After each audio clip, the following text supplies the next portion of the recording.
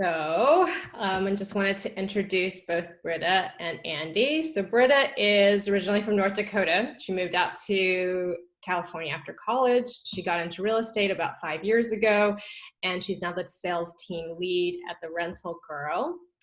And Andy Christenot is originally from Montana, been in Los Angeles for 24 years, and have spent her entire 23 career in residential mortgage lending. So Brita Kleingartner and Andy Christenot, thank you for being here.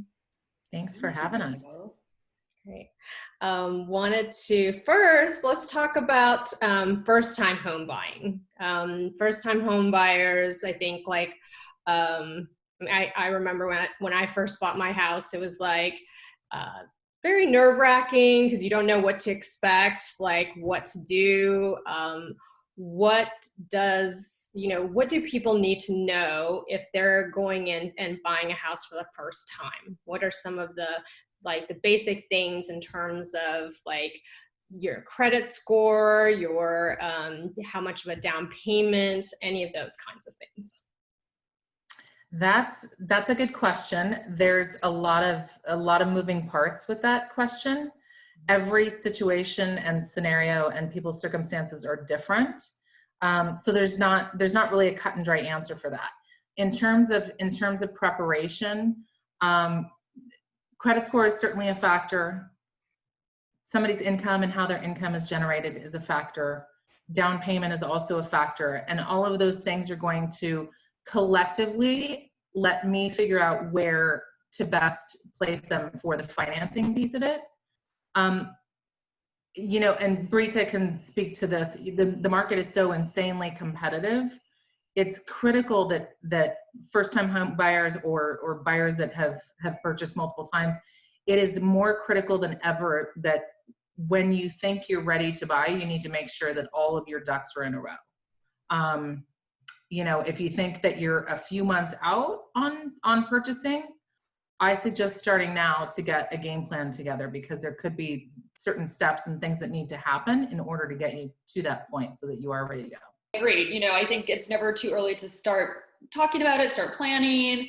Nobody wants to get their paperwork together, do their pre-approval. It's not a fun thing. Sorry, Andy. But what is fun, I think, is talking to a lender and being like, okay, what do my numbers look like? What is realistic? And kind of creating a game plan, creating goals, setting goals for yourself, and sometimes even realizing wow, this is possible. And like Andy said, LA is a competitive market, but I might be I might be very optimistic, but I do really believe that if you want to buy in Los Angeles, you can. And it's just kind of about getting your ducks in a row and kind of, being determined and making it happen for yourself. And yeah. When you're talking about ducks in a row, what does that mean? Well, planning, yeah, and talking to us or, people like us, and if you need to get your credit, fixed a little bit, Andy can actually help you with that. Or, hey, I need to, how much do I need to put down? And you talk to Andy and she'll help, save an extra $10,000 or whatever it might be. But that's what I think. Andy? Yeah, it's more often than not, especially with first-time home buyers, and also maybe not with first-time home buyers, but depending on somebody's situation, it doesn't hurt to know where you are now and currently, and what Brita was saying, figure out what needs to happen. If you do need to fix something on your credit, if all of a sudden, it happens quite often actually, I'll pull somebody's credit for the purpose of getting a game plan together, or getting them pre-approved and things like that. Something pops up. It could be an old medical collection. It could be, an old cell phone bill, whatever it is. And somebody may not know it was even there. And all of a sudden, okay, here's your homework. Get this cleared, send me the paperwork, I'll get it updated with the credit bureaus. Those things take time. They're not instantaneous. But it allows us, again, whether you think you're on the immediate plan or not, it helps us figure out what you need to do. For somebody that's self-employed, for instance, there's a lot of freelancers in Los Angeles. It could be a conversation of, let me look at your tax returns. If you don't show enough income this year, you might need to make a few adjustments for next year. We're coming up at the end of the year, and tax season, you know, for next year, you can file as early as February. Maybe we need to make some adjustments in terms of your write-offs so that you show more income to qualify. Mm-hmm. Or maybe, like Brita was saying, it could be a case of down payment. Right. You need to save a few more bucks, but at least you know, and you have, there's a goal if you don't qualify now. Right. Is there, what I've always heard is that there's a first-time homebuyer assistance for some places, right? Not for every place, but for some places there are some first-time homebuyer assistance, which means probably less of a down payment. What have you seen, or what is out there? That's a good question, and I get this question on a daily basis. There's a big misconception about first-time homebuyer programs. Back in 2008, 2009, when the economy crashed and it was all things real estate and the market went sideways and all of that, there were things, tax breaks that were put into place to benefit first-time homebuyers. Back then, when you filed your taxes the next year, you got a pretty hefty tax benefit for being a first-time homebuyer. That doesn't exist anymore. There are a lot of different loan options and loan programs based on somebody's credit score, the down payment, property type is another thing. Loans are different for a 4-unit than they are a 2-unit or a single family. Loans are completely different. So there are many different loan programs. In terms of first-time homebuyer or down payment assistance, there is a program for that, but there are extremely tight qualification standards to qualify for that program. And there are limits. And since COVID, they've limited the down payment assistance to $10,000. There are income caps on that program, and there's also price point caps on that program. So there's lots of different caveats, lots of different guidelines, and like you mentioned, not every area or home buyer is going to fit into that box. Right. And what about the pre-approval letter? How important is that pre-approval letter? Brita? It's everything. It's everything. I mean, you have to have it to submit an offer, first of all, like that's 100%. But right now during COVID, I mean, there's no open houses, you know, for safety measures. We can still view properties. We have to set up appointments. And this isn't the situation for all viewings, but for a lot of them, we even have to have a pre-approval letter to view the house. So it's pretty important. And so if I'm taking on a new client, I let them know that. I say, I'm happy to show you the property, but I want to let you know that that's kind of like a 50-50, that the listing agent and or seller is going to ask for your pre-approval letter. So you need to get on this now if you're going to start looking. And it's really to ensure the safety of the seller if they're living there, the realtors, you as a buyer, you know, just kind of like limit risk. And, you know, since we're not doing that many showings, also make sure like we're only showing to serious buyers right now. So the pre-approval letter is extremely important. And it also shows, like, if you are submitting an offer, that you've already been through the pre-approval process. If you're working with Andy, which I recommend you do because she's great, that you've already been through underwriting in most parts. And that's probably kind of getting ahead of ourselves a little bit. But, you know, she can write a really, or help me write a really strong offer in this competitive market. And yeah, but I do want to mention one thing just about, I think, common misconceptions. And even when I was going to buy my first house, I thought, you know, you have to have 20% down. And a lot of people think this. It is not the case. You can buy with 10% down, 12% down, 5% down, even 3% down. Yep. and like Andy said, there's so many different loan programs. It's about figuring out which one with Andy or your lender, which one is best for you, your family, etc. And the other thing, like if one thing doesn't fit for you right away, you kind of get a no on something, get creative. You know, there's so many different options for you. Like if it's getting a cosigner, a family cosigner, even if they're not helping you financially, or a lot of times family members do help financially. I don't know, there's a lot of different options, and you know, it's expensive to buy in Los Angeles. So, you know, people often get help of some sort. If that's an option for you. When you're saying that you don't have to have that 20% down, you can have 10 or 5 or 3, but does that mean you're also needing to pay that private mortgage insurance, the PMI? Well, I'll let Andy take that one.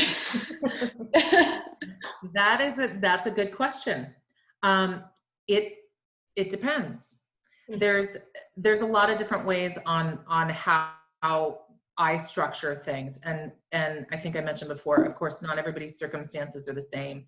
Credit's different, employment's different, down payment's different, price point is different, property type is different. So there's a lot of moving parts. And my job when I'm pre-approving somebody is not to take my best guess on whether they're approving. My job is to make sure that I'm going through and essentially underwriting my client's information and going, okay, yes, without a doubt, we can get you a loan. To your point though, in terms of the 3, the 5, the 10% down, yes, you're going to have mortgage insurance, but there's also a big misconception about mortgage insurance. It's not as scary and it's not as expensive as it used to be. There's been a lot of changes in the last couple of years with private mortgage insurance. And just so everybody knows too, the reason that the mortgage insurance is there is because of the crash of 2008 and 2009. The private mortgage insurance ensures that if you default on the loan and the loan goes into foreclosure, that whoever is servicing and holds that loan will get their money. And so since the crash, most loans that have less than a 20% down payment require mortgage insurance. Again, it's not as scary as it sounds.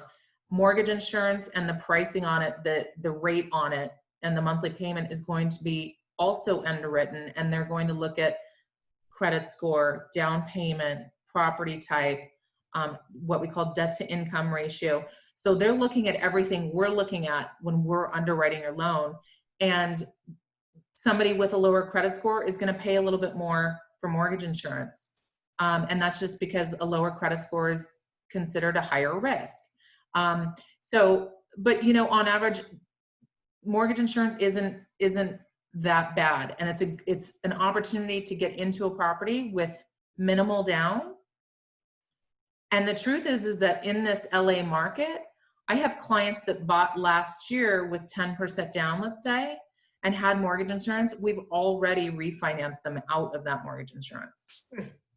And I don't want to get too crazy with details. There's other options of buying out the mortgage insurance. If somebody has extra cash, let's say, you can opt, instead of having that monthly premium, you can pay what we call a single premium, and you would bring it in sort of like a closing cost. So instead of paying, let's call it $150 or $200 a month in mortgage insurance, maybe that single premium is an extra $3,500. You can choose to have the monthly, or you can choose to pay that single premium at closing. And then all of a sudden you don't ever have mortgage insurance because you've paid it up front. So a couple different options. In certain cases, in certain scenarios, there are ways for us to also avoid mortgage insurance by splitting the loan and doing a first and a second combination. So for instance, in this case, and it's sort of a wash depending on price point. And in most cases where we're doing this and where I'm utilizing this as an option is somebody that's in, call it a $1.2 million price point, maybe has 10% down. They don't have 20%, but they have 10%. I can't do one loan with 10% down on what we call a jumbo loan. So in that scenario, I'm going to take it and I'm going to split it. I'm going to do a first and a second simultaneously. The second makes up for that mortgage insurance, if you will.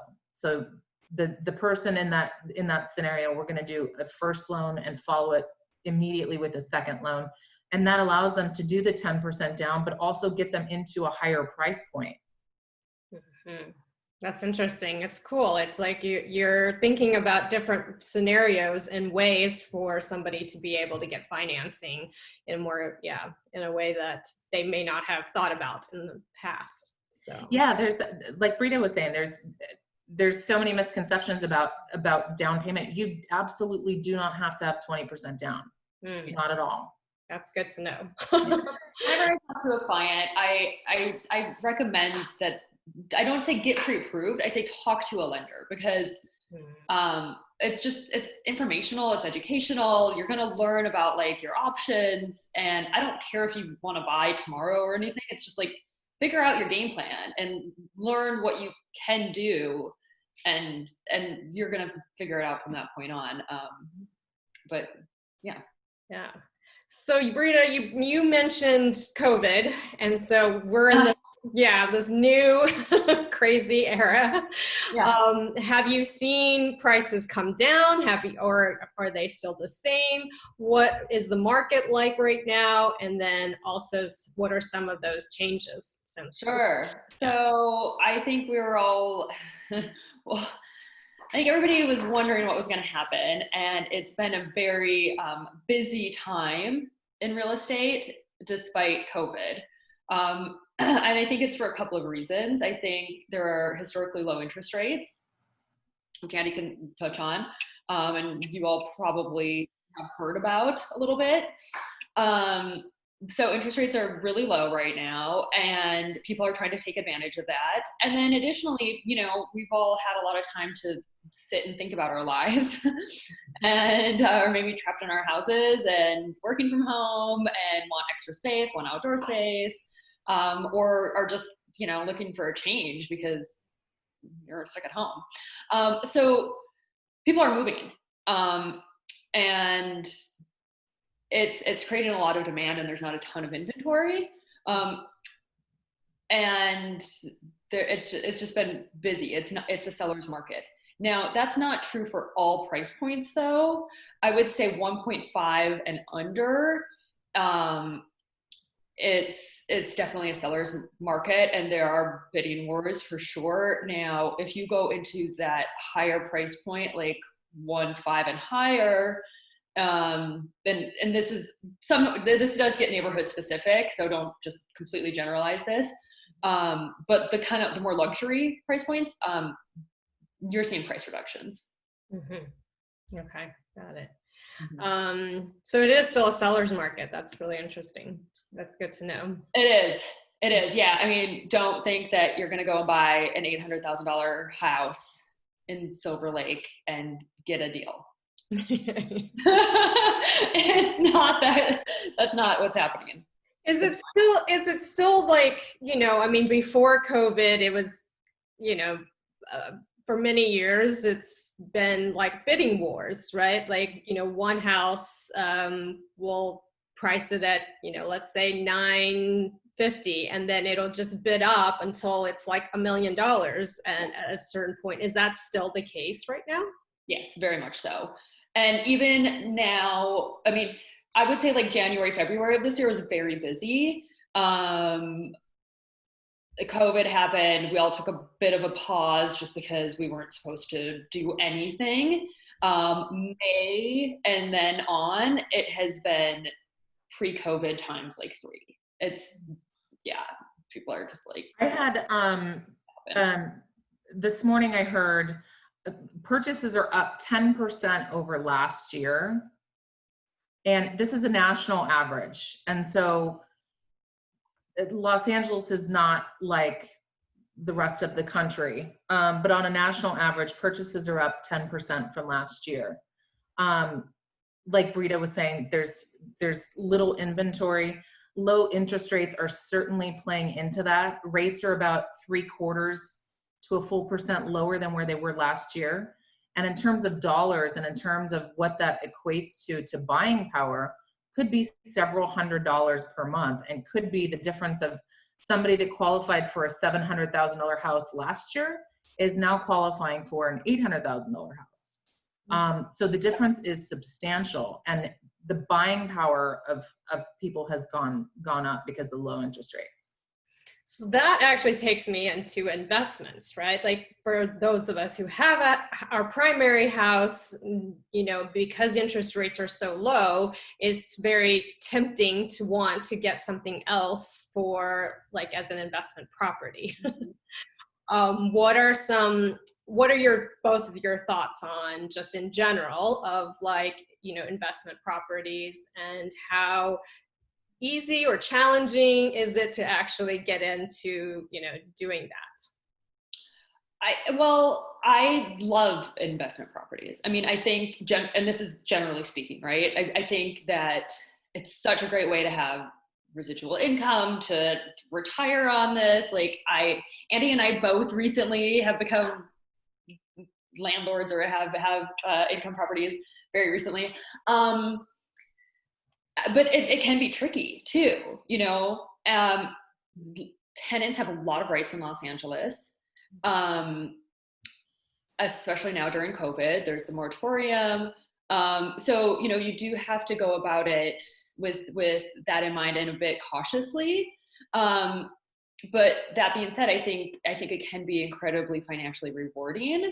So, and it's also like a very personal path. And I think financially speaking as well, like anytime I have somebody coming to me and saying, hey, I want to buy an income property, you know, each income property you buy, like, let's say it's a duplex or a triplex, like, you have to look at the rents, you have to look if anything is being delivered vacant. You know, so the numbers are going to be wildly different. You know, two could be priced at 1.1, but the income on it is going to be so different. So, you know, I'm like, you got to run all of these numbers with Andy and see what this is if it's even going to make sense for you. So yeah, it's just, you know, there's no clear-cut answer on that. And then in terms of lending, I mean, if you already have a primary home, like, you know, what are you looking at?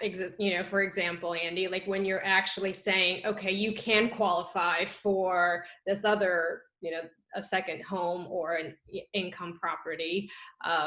Do you take into account, like, how much mortgage you have left, all of those things? That's a good question. Again, it's going to depend on each individual's circumstances. With COVID, there has also been a tightening of guidelines and requirements for investment properties. And the fear is, just to give a little background from a lending perspective, we're giving loans based on the overall risk picture of the buyer or the homeowner who's refinancing potentially. We're looking at everything that's presented in front of us, everything on paper, tax returns, W-2s, things like that. And we're assessing the overall risk. Are these people likely to pay us back? When it comes to investment properties, and especially with COVID, and Brita touched on the moratorium and things like that, there's an additional layer of risk with investment properties from a lending perspective. Because if we're qualifying somebody, if you're going to go and buy, let's say, a 2-unit property, and you're going to live in one unit and you're going to rent out the other unit, if we're qualifying you based on using that rental income of that second unit, and we're putting a lot of weight on that rent of the second unit, if for some reason you don't get that rent or collect that rent, that puts us at risk of not collecting our mortgage payment. And so there's an added layer there. And again, especially with COVID, so depending on somebody's circumstance and depending on the overall situation is going to determine qualifying for an investment property. Are we talking a rental property? Are we talking a second home? Are we talking a single family? Are we talking multi-units? Somebody currently owning a property, buying an investment property, great, perfect, fine, easy. There's been additional guidelines and requirements. If somebody currently rents and wants to buy an investment property, there are added requirements in order to get that done. Because again, the fear is that if you don't own your house now and you're buying this investment property and we're qualifying you based on you collecting the rent, if you don't collect that rent, you now have your current rent that you're paying, and you're also going to have to assume the full liability for the property that may or may not be collecting rent. So it's a little bit of a loaded question. In general, if you're buying an investment property for the sheer purpose of renting it out, you need 25% down. If you're purchasing a multi-unit property to live in and occupy one of the units, you can get away with 15% down. And there's a lot of other factors, and we're going to look at market rents and things like that to assess and make sure that, you know, somebody doesn't tell me that the unit would rent for $5,000 if market is really dictating $2,500. So lots of variables there. Yeah. And what about the idea of taking out the equity in your current home to buy that second property? That's great. Good idea. But again, with COVID, it's presented some challenges in terms of getting what we call a cash out refinance. Interest rates are higher on cash out refinances because of the risk factor of, we could give you $100,000 cash, and given the unemployment situation with COVID and the fluidity of it, we could give somebody the cash out and they may be unemployed and not make their payment the next month. And so from a lending perspective, there's an added layer of risk there. It's possible, but you can't pull cash out and expect to get a 2.75 interest rate. So the added layer of risk, you would pay for it in rate. Is it a good idea? Sure. It depends what the numbers look like. Yeah. You would have to qualify for the extra cash on the refinance, and then also qualify for the purchase of the second home or the investment property as well. Right. Now, you know, you've worked with a lot of people in the entertainment industry, and, you know, it's kind of this, what you're saying, you know, the scenarios are like, you could be working now and then 6 months later you could be not working on a show, right? And so how do you see like the difference, or, you know, what are you looking for that's maybe different from in the past when somebody comes to you and they have that kind of, you know, the entertainment, you know, resume where they're, you know, they're freelance essentially? That's a good question. I work a lot with entertainment people. I would say 60% of my client base is entertainment, and it's everyone from costume designers, set designers, producers, editors, actors, musicians, you know, all kinds of people in every facet of the business. And everybody is different, and everybody is set up a little bit different. So it all depends on what that looks like. I have some people that get, you know, 800 different W-2s per year because they're W-2 on a per show basis, and every time they switch productions, they get a different W-2, different pay stubs, things like that. I have other people that are incorporated and they have a pass-through company. That situation is different than somebody that is, you know, an editor that collects 100 W-2s a year. So it just depends. The main thing to think about now with COVID, I mean, luckily it sounds like things, in terms of production, it might be opening up. At the end of the day, when we're evaluating anyone, we're looking at does this person have the ability and stability to repay our loan? And so if somebody, you know, understandably in the last couple of months hasn't worked, we're going to look at a total picture. We're going to look to see, are there upcoming contracts in place?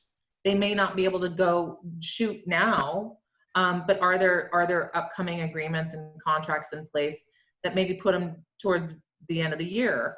How is their business set up? Do they have extra reserves?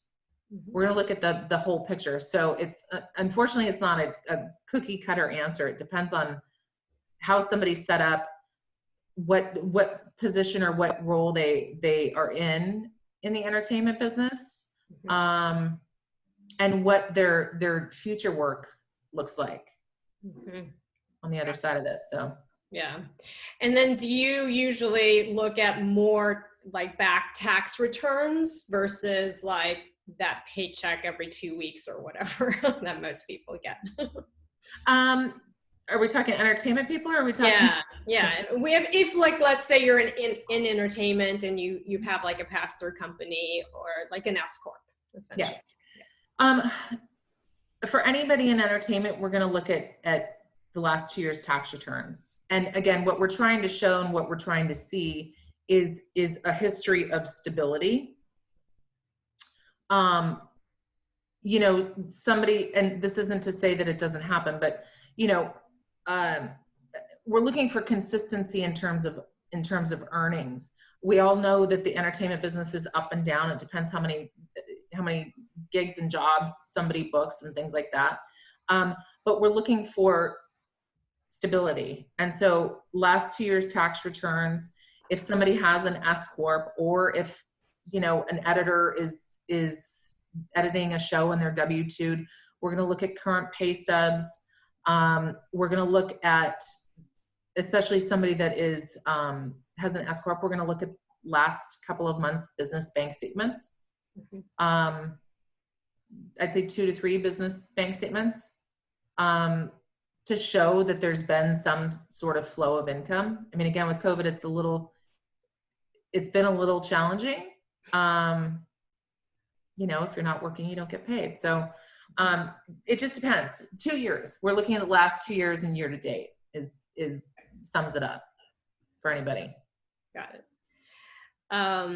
Okay. Before we get to questions, I want you to tell, like Brita, I want you to tell us about TICs. It's, to me, it's so interesting, and so I mean, I hadn't heard about it until Rental Girl brought it out and, you know, talked about it, and have been putting out emails about it. So will you explain that to everyone? Yeah, I'm happy to. Yeah, so tenants in common, it looks very similar, feels very similar to a condo. The way I usually kind of break it down is like, oh, listen, I think we all live in LA or are familiar with it. We've got all these very charming, you know, duplexes, triplexes, fourplexes around the neighborhoods. Essentially, a tenants in common is one of those properties that is vacant, and the owner, it's one single owner, it's still one property, is now selling each unit individually. And you, all 4 of us here, could buy one unit individually as a tenant in common. And tenant in common is really just a way to hold ownership. So it's going to run very similarly to a condo. You know, it might be an old 1920s build with tons of charm and character. Maybe you've seen some of these listings pop up online and you're like, wow, this looks so cute. It's so cheap for the neighborhood. What's the catch? Well, the catch is that it's a tenants in common. There's nothing wrong with the property. It's honestly, it's a great opportunity. Main difference between a TIC, is the abbreviation we use, and a condo is the financing. And additionally, that it has what we say is one assessor's parcel number.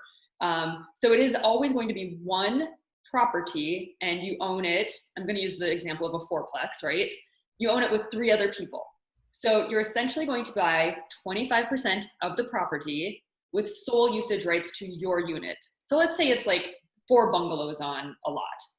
Now, you're going to have sole usage rights to your bungalow. Nobody's going to go into it. Nobody can never sell your bungalow or tell you when you can sell it or what to do with it, except for the exterior, because that's like HOA regulation.